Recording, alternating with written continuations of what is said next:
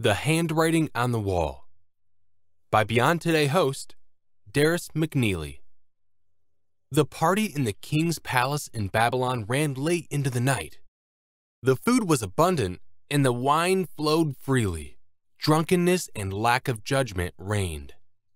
Out of nowhere, the fingers of a man's hand appeared and began writing on the wall of the room.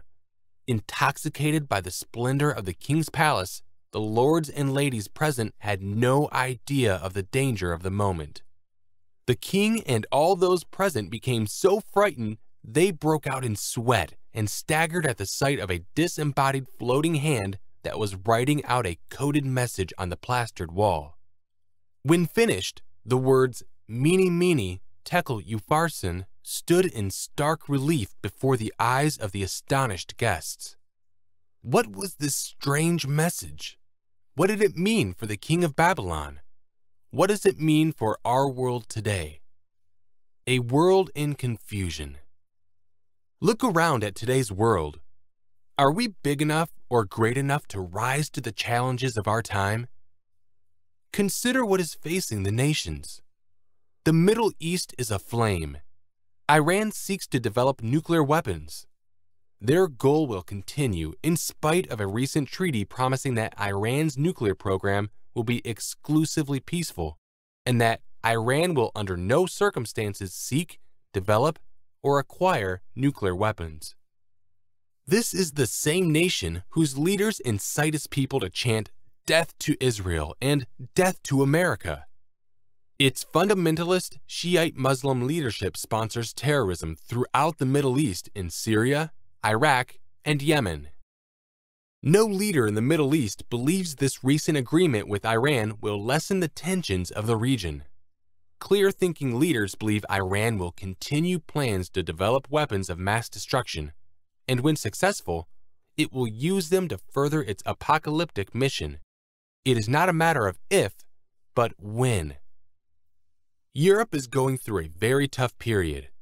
The European Union has faltered in its plan to grow an ever closer utopian union among the nations of Europe, a region that has seen so much war and strife in the last century. The goal of peace through economic and social cooperation has fallen on a critical moment with the economic instability of Greece. EU leadership will be forced to correct this flaw, if not now, then at some point in the future. We can gain great insight into what these major world events mean by understanding the story of the handwriting on the wall. Just as God was moving among the nations to rearrange the power structure 25 centuries ago, so He is moving to accomplish His purpose in history among the nations today. There is a higher spiritual purpose behind today's headlines. But are we, you and I, big enough people to rise to the challenge of the day? Are we big enough to see the handwriting on the wall of our times and listen to its meaning? We live in very serious times. We have to be able to read the handwriting on the wall, just like Daniel did on that night in Babylon so long ago. The night the lights went out in Babylon. The biblical book of Daniel is a story of kingdoms at war during one of the most crucial periods of world history. The prophet Daniel lived at a moment of great change and upheaval. He was an intelligent young Jew taken captive to Babylon during one of Nebuchadnezzar's invasions. He found himself promoted to a key role in the court of the king of Babylon, capital of the Chaldean Neo-Babylonian Empire that spread across the Middle East. Daniel spent his adult life working in the courts of power of two kingdoms, the kingdom of Babylon and later the kingdom of Persia. God gave Daniel the gift of understanding to interpret dreams and prophecies and even the strangest of sights, the handwriting of a floating hand that appeared in the banquet room of Belshazzar, the last Chaldean king of Babylon. When we look at the events of that night, we witness God's gift to this devout and righteous prophet, a man who stood before great kings and testified of the glory and majesty of the God in heaven. Daniel's example shows us what kind of person it takes to rise to the challenge of great moments in history. Here we see the power of the Spirit of God moving not only on the face of the earth, directing the course of nations, but in the noble life of one who humbly seeks to do God's will. On that fateful night, a hand appeared from nowhere and wrote on the wall of the king's banquet room in front of hundreds of drunken guests. When the king saw this, his face turned pale with fright. His knees knocked together in fear, and his legs gave way beneath him. Daniel 5:6, New Living Translation. He cried out, "Whoever can read this writing and tell me what it means will be dressed in purple robes of royal honor and will have a gold chain placed around his neck. He will become the third highest ruler in the kingdom." Verse 7, New Living Translation. Third, because Belshazzar was second, co-regent with his father, Nabonidus, who was away.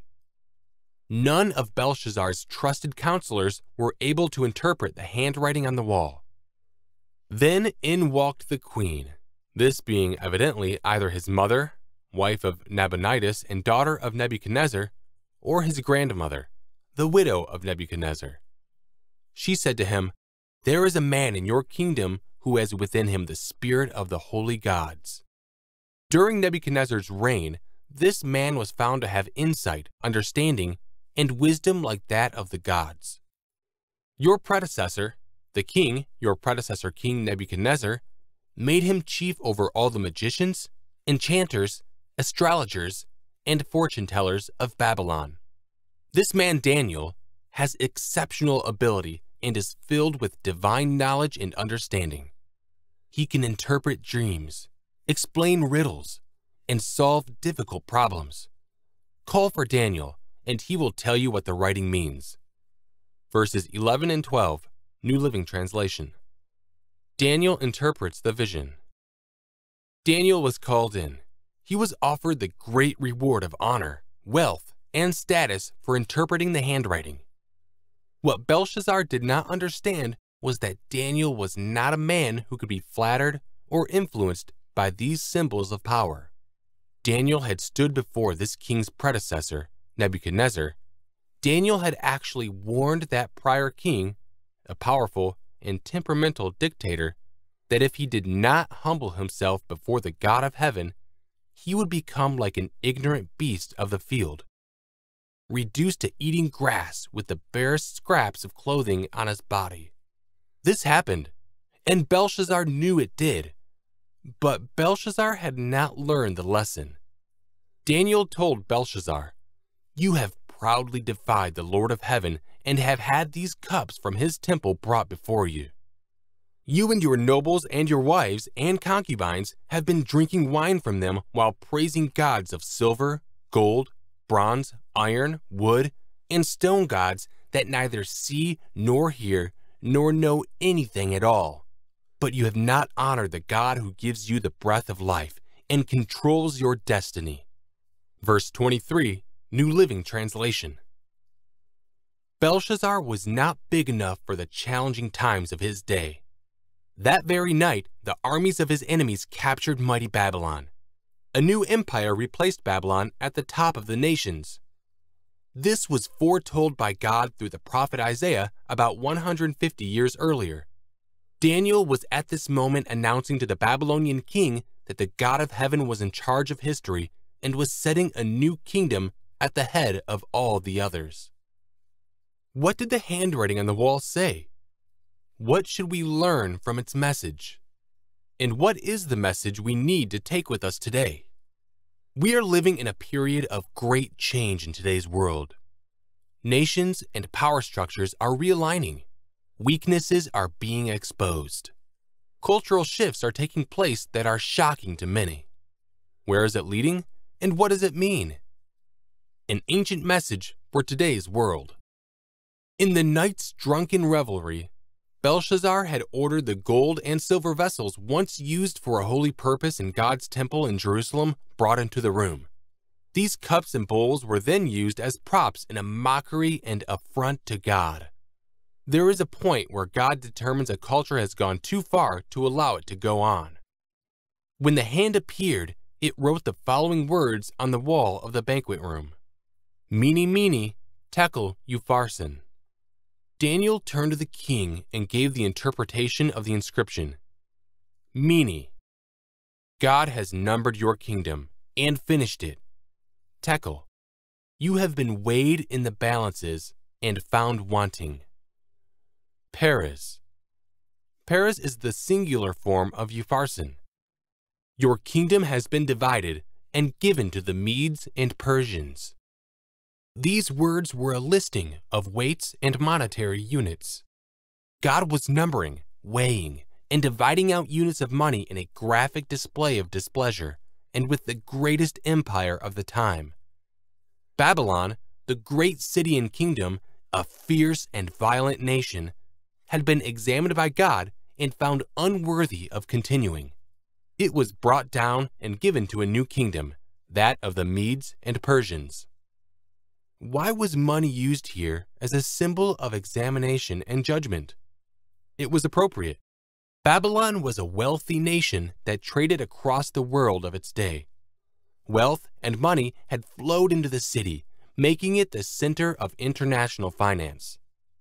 Babylon was a city that saw money flow into it like great gushing streams of water. The prophet Jeremiah described it as a city abundant in treasure. Jeremiah 51:13. The Babylonian Empire was finished as a world power. Its influence would continue to flow through history and remains very much with us today. But in this moment, there was a change of power. Even then, the king did not understand. Belshazzar commanded Daniel be clothed with purple, the symbol of royalty, and a chain of gold be put around his neck, and to be proclaimed the third ruler in the kingdom. It was an empty gesture by a king who was completely out of touch with reality. That very night, the king was killed, and the Medo-Persian Empire took over. Babylon had been weighed and found wanting. Can we read the handwriting on the wall of our times?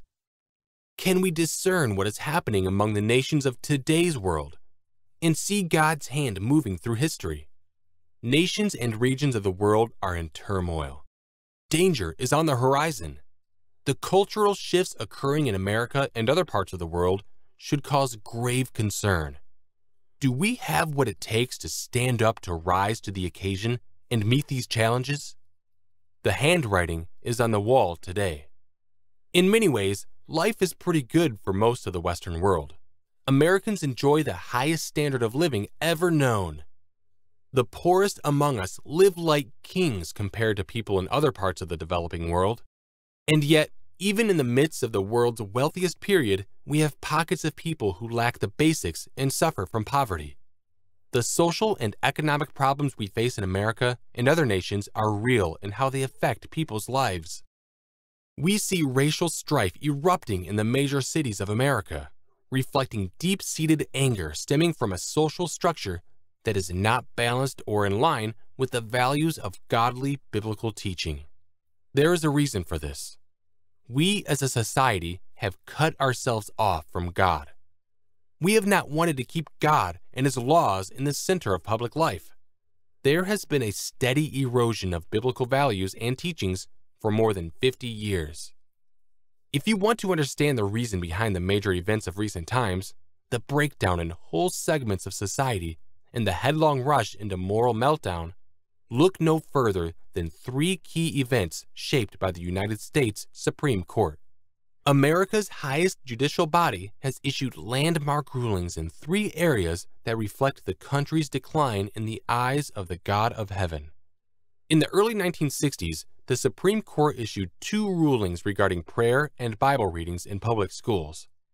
In the first, the justices ruled that official prayer had no place in public education.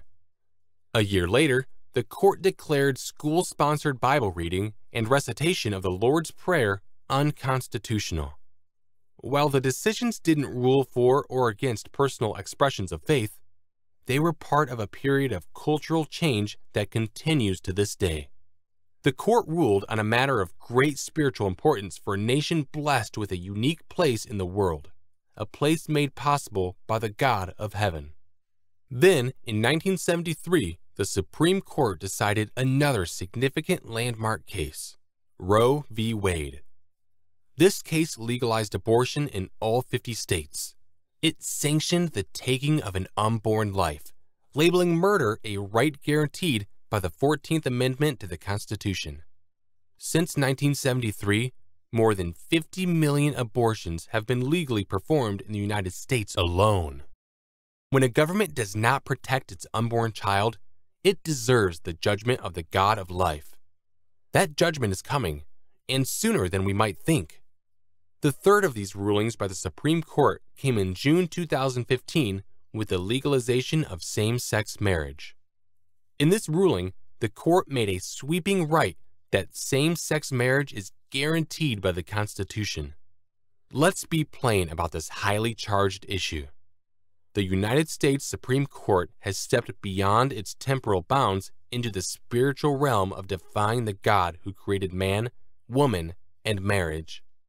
The court decreed that the divine institution of marriage as defined in the Bible as a sacred union between a man and a woman, the only biblical definition of marriage, is superseded by its human reasoning and judgment. Human law now sanctions as marriage a relationship that God never intended. In fact, one that he specifically forbids. With these rulings, America has crossed a line. We have gone from a ruling against prayer and Bible reading in public schools to sanctioning the killing of the unborn to ruling against the biblical definition of marriage. In a little more than 50 years, these decisions have taken us down a path of open public defiance of God in our most elemental parts of life. We as a people grope blindly, trying to see our way forward, not knowing that we are poor and blind and miserable and naked. And now we wait, wondering when God will act with the fire of judgment upon us. Will you read the handwriting on the wall? I wonder just where God might be in his evaluation of our world today. Does he see our state of affairs and pause in thought, determining it is time to put a stop to this? I don't know when that might occur, but I do know that you and I must come to a place and time in our lives when we must act to stand in opposition to sinful society, turning toward God and changing our ways. Are we big enough for the challenge of our times? For you and me, the challenge is to turn away from this world and begin to live by the teachings of the world to come, the kingdom of God.